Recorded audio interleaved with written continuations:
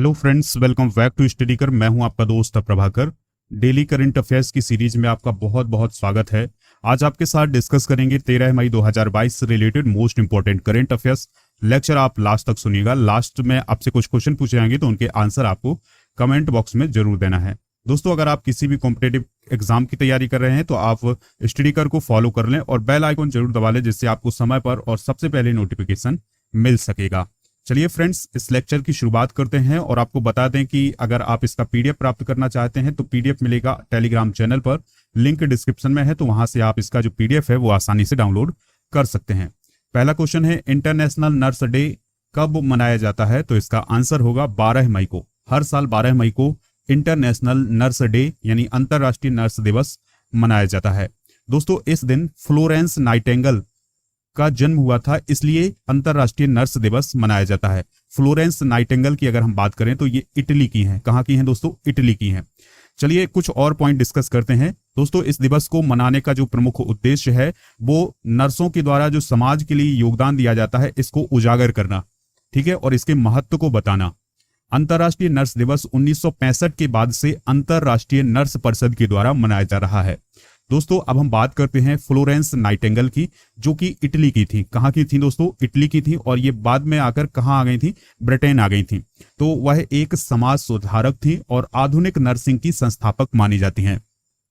उन्होंने जो क्रीमिया युद्ध हुआ था 1853 से 1855 के बीच, उसमें उन्होंने जो सैनिक घायल हुए थे उनकी उन्होंने बहुत मदद की थी, तो इसलिए उन्हें the lady with the lamp कहा जाता है। चलिए फ्रेंड्स, हम ये कहानी जान लेते हैं कि जो the lady with the lamp की कहानी है ये क्या है। होता क्या था कि जो क्रीमिया युद्ध चल रहा था फ्रांस, ब्रिटेन, सार्डिनिया, तुर्की और रूस के बीच, यानी इसमें फ्रांस, ब्रिटेन, सार्डिनिया और तुर्की एक तरफ थे और रूस एक तरफ था। तो इस युद्ध में जो सैनिक घायल होते थे उनकी देखभाल कौन करती थी? फ्लोरेंस नाइटिंगेल, ठीक है। उनके घावों को भरना, उनकी दवा लगाना और इस प्रकार से बहुत सारे कार्य जो हैं वो कौन करती थी? Florence Nightingale. तो दोस्तों, जब रात में सभी सैनिक सो जाते थे उसके बाद जो फ्लोरेंस नाइटिंगेल हैं वो हाथ में एक लैंप लेकर निकलती थी उनकी देखभाल करने के लिए, इसलिए उन सैनिकों ने उन्हें the lady with the lamp कहा, ठीक है। तो ये पॉइंट जो है फ्लोरेंस नाइटिंगेल से रिलेटेड, उनको आप नोट जरूर करिएगा। मई माह में जो अब तक हमने महत्वपूर्ण दिवस सेलिब्रेट किए हैं, चलिए उनको भी देख लेते हैं एक बार फिर से। 1 मई को अंतर्राष्ट्रीय श्रम दिवस, 1 मई को गुजरात और महाराष्ट्र दिवस भी सेलिब्रेट किया गया है। 3 मई 2022 को विश्व अस्थमा दिवस मनाया गया है और विश्व अस्थमा दिवस मई के पहले मंगलवार को मनाया जाता है। 7 मई को विश्व एथलेटिक्स दिवस मनाया गया। 8 मई को विश्व थैलेसीमिया दिवस मनाया गया। 11 मई को राष्ट्रीय प्रौद्योगिकी दिवस यानी नेशनल टेक्नोलॉजी डे सेलिब्रेट किया गया। नेक्स्ट क्वेश्चन है, the struggle for police reforms in India नामक पुस्तक को किसने लिखा है? तो इसको लिखा है पूर्व आईपीएस ऑफिसर प्रकाश सिंह ने। तो हाल ही में जो हमारे देश के उपराष्ट्रपति हैं वेंकैया नायडू जी, उन्होंने नई दिल्ली में इस पुस्तक यानी the struggle for police reform in India का विमोचन किया है। इस पुस्तक में भारत में पुलिस सुधार लाने के लिए किए गए प्रयासों का डॉक्यूमेंटेशन किया गया है, यानी किस प्रकार से पुलिस में सुधार किए गए हैं, ठीक है दोस्तों। चलिए हाल ही में चर्चित कुछ पुस्तकों को भी डिस्कस कर लेते हैं, जैसे Modi at 20 dreams meet delivery नामक पुस्तक को किसने प्रकाशित किया है? ब्लू क्राफ्ट डिजिटल फाउंडेशन ने। टॉम ऑफ सेंड नामक पुस्तक चर्चा में रही है, इसके लेखक कौन है? गीतांजलि श्री हैं। और जो टॉम ऑफ सेंड नामक पुस्तक है दोस्तों, ये अंतरराष्ट्रीय बुकर पुरस्कार के लिए नॉमिनेट की गई है। How to prevent the next pandemic नामक पुस्तक बिल गेट्स ने लिखी है। फियरलेस गवर्नेंस किरण बेदी ने। India Africa relation changing horizons नामक पुस्तक राजीव भाटिया ने लिखी है। अटल बिहारी वाजपेयी नामक पुस्तक सागरिका घोष ने लिखी है। गोल्डन बॉय नीरज चोपड़ा को नामक पुस्तक को लिखा है किसने? नवदीप सिंह गिल ने। नेक्स्ट क्वेश्चन है, कलम वेबसाइट को हाल ही में किसने लॉन्च किया है? आंसर है ओम बिरला जी ने। तो दोस्तों, जो हमारे लोकसभा के अध्यक्ष हैं ओम बिरला जी, तो उन्होंने प्रभा खेतान फाउंडेशन जो है उसकी एक वेबसाइट है जिसका नाम है कलम वेबसाइट, तो उसको हाल ही में उनके द्वारा लॉन्च किया गया है।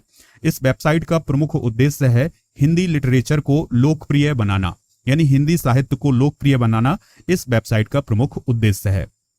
दोस्तों, प्रभा खेतान फाउंडेशन की अगर हम बात करें तो यह साहित्यिक रचनाओं के माध्यम से हिंदी की रक्षा करता है, यानी हिंदी को बचाए हुए है। इसकी टैगलाइन क्या है? यानी प्रभा खेतान फाउंडेशन की टैगलाइन क्या है? अपनी भाषा अपने लोग। दोस्तों, कुछ प्रमुख वेबसाइट या पोर्टल जो चर्चा में रहे हैं उनको हम डिस्कस कर लेते हैं, तो ध्यान से सुनिएगा। पहली वेबसाइट है मंदिर 360 वेबसाइट जो है ये किसकी है? संस्कृति मंत्रालय की इसको लॉन्च किया है, यानी संस्कृति मंत्रालय ने इसको लॉन्च किया है। प्राण पोर्टल को किसने लॉन्च किया है? पर्यावरण मंत्रालय ने। युक्त धारा पोर्टल को किसने लॉन्च किया है? इसरो और ग्रामीण विकास मंत्रालय ने। उत्तराखंड भूकंप अलर्ट ऐप को किसने लॉन्च किया है? उत्तराखंड सरकार ने। भुवन पोर्टल को इसरो और मैप माई इंडिया ने लॉन्च किया है। मेरा राशन मोबाइल ऐप को किसने लॉन्च किया है? उपभोक्ता मामले, खाद्य और सार्वजनिक वितरण मंत्रालय ने। नेक्स्ट क्वेश्चन है, नाटो के साइबर रक्षा समूह में शामिल होने वाला पहला एशियाई देश कौन बन गया है? तो आंसर है इसका दक्षिण कोरिया। यानी दोस्तों साउथ कोरिया जो है वो नाटो के साइबर रक्षा समूह में शामिल होने वाला पहला एशिया का देश बन गया है। तो दोस्तों South Korea North Atlantic Treaty Organization जिसे हम नाटो बोलते हैं, तो उसका एक संगठन है, यानी उसी की एक शाखा है जिसे बोलते हैं cooperative cyber defence centre of excellence, तो उसमें शामिल हो गया है। ठीक है, इस प्रकार से cooperative cyber defence centre of excellence जो है इसमें 32 देश शामिल हो गए हैं, जिसमें से 27 देश ऐसे हैं जो कि नाटो के सदस्य हैं और 5 गैर नाटो सदस्य हैं। बात कर लेते हैं दोस्तों cooperative cyber defence centre of excellence की। तो इसकी स्थापना 14 मई 2008 को हुई थी और इसका जो हेडक्वार्टर है वो तेलिन नामक स्थान पर है जो कि एस्टोनिया में है। 28 अक्टूबर 2008 को अंतरराष्ट्रीय सैन्य संगठन का दर्जा इसे प्राप्त हुआ था और NATO cooperative cyber defence centre of excellence जो है वो एबिलिटी हेल्प को बढ़ाने के मिशन के साथ साथ एक इंटरनेशनल मिलिट्री ऑर्गेनाइजेशन है।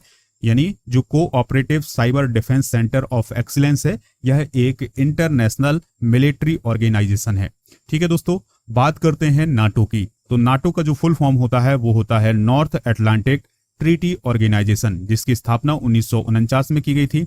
हेडक्वार्टर है इसका ब्रसेल्स बेल्जियम में और इसमें 28 यूरोपियन कंट्री शामिल हैं और 2 उत्तरी अमेरिका के देश शामिल हैं। ठीक है, और उत्तरी अमेरिका के जो देश शामिल हैं उसमें है एक है अमेरिका और एक है दोस्तों कनाडा। ठीक है, नाटो का जो मुख्य उद्देश्य है वो राजनीतिक और सैन्य साधनों के माध्यम से अपने सदस्य देशों को स्वतंत्रता और सुरक्षा की गारंटी प्रदान करना। यानी जो भी देश नाटो में शामिल होते हैं इसका मतलब ये होता है कि उन देशों की जो रक्षा करना है वो सभी देशों का कर्तव्य होता है। यानी अगर नाटो से रिलेटेड या नाटो से जिस देश का संबंध है या उसका सदस्य है, अगर किसी भी देश पर कोई भी गैर नाटो देश हमला कर देता है तो होगा क्या कि वो सभी देश एक साथ उस देश पर हमला करेंगे, यानी उसको बचाने की कोशिश करेंगे। नेक्स्ट क्वेश्चन है दोस्तों, राखीगढ़ी किस राज्य में स्थित है जहां पर भारतीय पुरातत्व सर्वेक्षण खुदाई कर रहा है और वहां पर नई नई खोजें हो रही हैं? तो दोस्तों राखीगढ़ी जो है वो हरियाणा में स्थित है। तो यहाँ पर भारतीय पुरातत्व सर्वेक्षण जो है वो खुदाई कर रहा है और नई नई खोजें यहाँ पर हो रही हैं। चलिए हम देखते हैं कि कौन कौन सी खोजें हुई हैं। तो दोस्तों हरियाणा के राखीगढ़ी जो कि एक सिंधु घाटी सभ्यता का स्थल है, यानी जो सिंधु घाटी सभ्यता है उसका एक स्थान है राखीगढ़ी। तो वहां पर अभी हाल ही में भारतीय पुरातत्व सर्वेक्षण यानी आर्कोलॉजिकल सर्वे ऑफ इंडिया यानी ASI पिछले 32 वर्षों से खुदाई का काम कर रही है। अब हरियाणा के राखीगढ़ी में काम कर रहे भारतीय पुरातत्व सर्वेक्षण यानी ASI ने खुदाई के दौरान 5000 साल पुरानी आभूषण बनाने की फैक्ट्री की खोज की है। यानी राखीगढ़ी में दोस्तों 5000 साल पुरानी आभूषण बनाने की जो फैक्ट्री है उसकी खोज की गई है। ये हरियाणा के राखीगढ़ी में भारतीय पुरातत्व सर्वेक्षण विभाग की अब तक की सबसे बड़ी खोज मानी जाती है। ठीक है दोस्तों, कुछ और पॉइंट डिस्कस करते हैं, आप ध्यान से सुनते जाइएगा। कुछ घरों की संरचना, एक रसोई परिसर और एक 5000 साल पुरानी आभूषण बनाने की फैक्ट्री की खोज की गई है। यानी कुछ घरों की संरचना की खोज की गई है, यहाँ पर एक रसोई घर की खोज की गई है और इसके अलावा 5000 साल पुरानी जो आभूषण बनाने की फैक्ट्री है उसकी भी खोज की गई है, जिससे यह पता चलता है कि यह जो स्थान था यह बहुत ही महत्वपूर्ण व्यापार का केंद्र रहा है। दोस्तों तांबे और सोने के आभूषण भी यहाँ पर प्राप्त हुए हैं।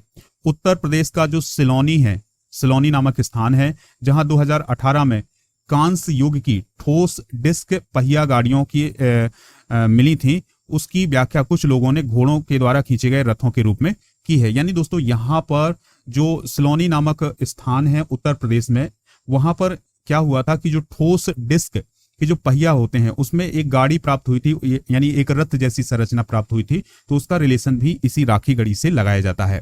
दोस्तों पुरातत्ववेत्ता जो हैं उनका कहना यह है कि कब्रिस्तानों से पता चलता है कि इस सभ्यता में मृत्यु के बाद के जीवन में विश्वास करती थी। यानी दोस्तों यहाँ के जो कब्रिस्तान प्राप्त हुए हैं उससे ये पता चलता है कि जो उस समय के लोग थे, यानी सिंधु घाटी सभ्यता के समय के जो लोग थे, उसमें ये पता चलता है कि उस समय के लोग मृत्यु के बाद भी जीवन में विश्वास करते थे। पिछले 2 महीनों में एएसआई ने राखी गढ़ी में बहुत सी खोजें की हैं जो सभ्यता के विकास की ओर तेजी से बढ़ने की ओर इशारा करते हैं। दोस्तों हजारों मिट्टी के बर्तन प्राप्त हुए हैं, शाही मोहरें प्राप्त हुई हैं, इसके अलावा बच्चों के खिलौने भी इस खुदाई में मिले हैं। दोस्तों राखी गढ़ी की खुदाई किसने की थी? अमरेंद्र नाथ ने की थी, और सिलौने की खुदाई बी शर्मा और एसके मंजुल ने की थी। तो ये सभी पॉइंट जो है वो आप नोट कर लीजिएगा। नेक्स्ट क्वेश्चन है, किस देश ने हाल ही में कोविड-19 के अपने पहले मामले की पुष्टि की है? यानी वह कौन सा देश है जहां पर कोविड-19 का पहला मामला मिला है? तो दोस्तों वह देश है उत्तर कोरिया। तो उत्तर कोरिया में कोविड-19 का अभी हाल ही में पहला मामला प्राप्त हुआ है। ठीक है, और इस मामले को देखते हुए, यानी कोविड-19 को देखते हुए देश भर में गंभीर राष्ट्रीय आपातकाल घोषित कर दिया है, और वहां के तानाशाह किम जोंग उन ने इसकी घोषणा की है, यानी देश भर में उसने लॉकडाउन का आदेश लगा दिया है। उत्तर कोरिया में कोविड-19 वैश्विक महामारी फैलने के 2 साल से अधिक समय के बाद यह संक्रमण का पहला मामला मिला है। यानी दोस्तों जब दुनिया तबाह हो गई, पूरे देशों में कोविड की पुष्टि हो गई, तब उत्तर कोरिया में पहला मामला मिला है, और उसके बाद पूरे देश में लॉकडाउन लगा दिया गया है। ठीक है, उत्तर कोरिया की बात करें तो इसकी जो कैपिटल है वो है प्योंगयांग। क्या है दोस्तों? प्योंगयांग है। उत्तर कोरिया जो है दक्षिण कोरिया से 38वीं समानांतर रेखा के द्वारा अलग होती है। दोस्तों अमनोक नदी और तुमेन नदी उत्तर कोरिया की प्रमुख नदियां हैं जो कि चीन के बॉर्डर का निर्धारण करती हैं। यानी उत्तर कोरिया और चीन के बीच में जो बॉर्डर का निर्धारण करने वाली नदियां हैं वो कौन है? अमनोक नदी और तुमेन नदी। नेक्स्ट क्वेश्चन है, हाल ही में भारत के किस राज्य में टमाटर फ्लू के मामले दर्ज किए गए हैं? यानी टमाटर फ्लू किस राज्य में प्राप्त हुआ है? तो इसका आंसर होगा केरल में। ठीक है दोस्तों, टोमेटो फ्लू भी इसे कहते हैं, और यह जो फ्लू है यह बच्चों को अपना शिकार बना रहा है। ठीक है, और यह एक सामान्य वायरल संक्रमण है जिसमें 5 वर्ष से कम उम्र के बच्चे इसकी चपेट में आ रहे हैं और उनको बुखार आ रहा है। दोस्तों त्वचा में जलन होती है इससे, और शरीर में पानी की कमी के साथ साथ इस बीमारी की इसकी शुरुआत होती है। यानी त्वचा में जलन होती है और पानी की कमी होती है इस बीमारी में। ठीक है, और शरीर में टमाटर की तरह लाल चकत्ते पड़ जाते हैं, इसके कारण इसे टमाटर फ्लू या टमाटर बुखार कहा गया है। ठीक है, चलिए फ्रेंड्स नेक्स्ट क्वेश्चन देखते हैं। मनोज पांडे को हाल ही में राष्ट्रपति के द्वारा किस सम्मान से सम्मानित किया गया है? तो इसका आंसर है परम विशिष्ट सेवा मेडल। तो देश के जो सेना प्रमुख हैं जिनका नाम है मनोज पांडे, तो उन्हें असाधारण सेवा के लिए राष्ट्रपति रामनाथ कोविंद जी के द्वारा परम विशिष्ट सेवा पदक या परम विशिष्ट सेवा मेडल से सम्मानित किया गया है। अभी हाल ही में राष्ट्रपति जी ने 14 परम विशिष्ट सेवा मेडल, 4 उत्तम सेवा मेडल और 34 अति विशिष्ट सेवा मेडल प्रदान किए हैं। राष्ट्रपति जी ने मरणों उपरांत 6 और 13 शौर्य चक्र भी प्रदान किए हैं। ठीक है दोस्तों, मरणों उपरांत 6 लोगों को और 13 लोगों को उन्होंने शौर्य चक्र प्रदान किए हैं। जनरल मनोज पांडे 30 अप्रैल को दोस्तों 29वें थल सेना अध्यक्ष बनाए गए हैं। ये सभी पॉइंट जो है नोट करिएगा।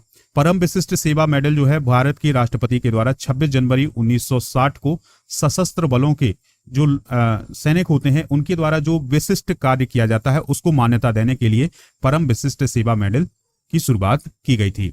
दोस्तों ये थे आज के मोस्ट इंपोर्टेंट करंट अफेयर्स। अब आपसे कुछ क्वेश्चन पूछते हैं तो उनके आंसर आप कमेंट बॉक्स में जरूर दीजिएगा। पहला क्वेश्चन है, थल सेना अध्यक्ष कौन है? उत्तर कोरिया की राजधानी क्या है? राखी गढ़ी की खुदाई किसने की थी? तो ये सभी जो पॉइंट है नोट करिएगा और इनके आंसर आप कमेंट बॉक्स में जरूर दीजिएगा। दोस्तों राजा गुप्ता को अनअकैडमी पर फॉलो कर लें और कोड यूज करें राजा नंबर 1, और आप हमें खबरी पर भी फॉलो कर सकते हैं। वहां पर आपको मोस्ट इंपोर्टेंट ऑडियो लेक्चर मिल जाते हैं, तो फॉलो जरूर करें। दोस्तों अगर आपको लेक्चर पसंद आया है तो लाइक शेयर जरूर करना है। मिलते हैं नेक्स्ट लेक्चर में। जय हिंद, वंदे मातरम।